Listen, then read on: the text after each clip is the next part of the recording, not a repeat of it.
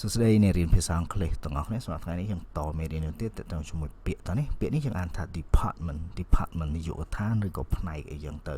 which department do you work in តើអ្នកធ្វើការនៅក្នុងនាយកដ្ឋានមួយណា the department of health នាយកដ្ឋានសុខាភិបាលមានអ្នកទៅលើការផ្នែកសុខភាពចឹងណា contact the IT department តាក់ទងទៅផ្នែកព័ត៌មានវិទ្យាអញ្ចឹងប៉ុណ្្នឹងឯងសម្រាប់មេរៀនមួយនេះហើយចង់រៀនភាសាអង់គ្លេសជាមួយលោកគ្រូតាមអនឡាញជាការបង្វឹកមេរៀនឲ្យចេះតំណតាម Telegram White English with Campbell និងaccount Telegram មួយនេះឲ្យតំណសួរព័ត៌មានទៅហើយការរៀនជាការបង្វឹកអ្វីជាការបង្វឹកមានន័យថាបង្វឹកសិស្សតាមគោលដៅសិស្សគាត់ចង់បានពួកគុណសិស្សមួយលោកគ្រូតែងតែសួរថារៀនអង់គ្លេសនឹងយកទៅធ្វើអីគេតើនេះសំខាន់ណាស់ហ្នឹងតើនេះហ្នឹងហើយដោយសារមេរៀនវារត់តាមគោលដៅគុណសិស្សអ្នកខ្លះក៏រៀនដើម្បីយកទៅរកស៊ីផ្នែកអីមួយចឹងទៅអ្នកខ្លះគាត់ធ្វើការគាត់លក់ឡានគាត់អីចឹងទៅអ្នកខ្លះគាត់បើក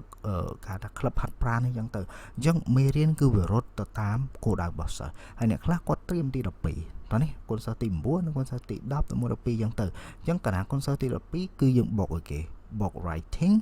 ពាក្យហើយនឹងវិជ្ជាករតោះនេះហ្នឹងហើយដោយសារយើងអត់មានចេញ speaking ទេយល់លោកគ្រូណាប៉ុន្តែបើសិនជាអ្នកខ្លះគាត់រៀនដើម្បីមានគូសារមានប្តីបរទេសយ៉ាងទៅអាហ្នឹងគាត់ត្រូវចេះសេចេះនិយាយអីចឹងទៅតោះនេះហ្នឹងហើយអញ្ចឹងគោលដៅកូនសិស្សហ្នឹងគឺមួយច្បាស់តោះនេះហ្នឹងហើយអញ្ចឹងបានរៀនចេះហើយបើសិនជាកូនសិស្សហ្នឹង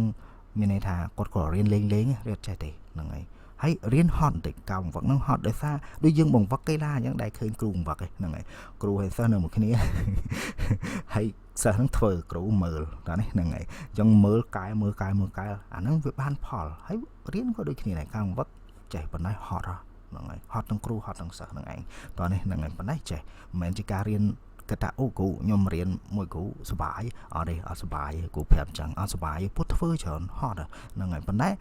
ដូចយើងហាត់ប្រាណយើងឈឺសាច់ដុំយើងហត់ប៉ុន្តែហាត់ហើយយើងសុបាយចិត្តរៀនហើយយើងចេះយើងមានអារម្មណ៍ថាអូខ្លួនឯងមានប្រយោជន៍ចេះតើនេះហ្នឹងហើយយល់ណាហ្នឹងហើយអញ្ចឹងប៉ុណ្្នឹងហើយបាយ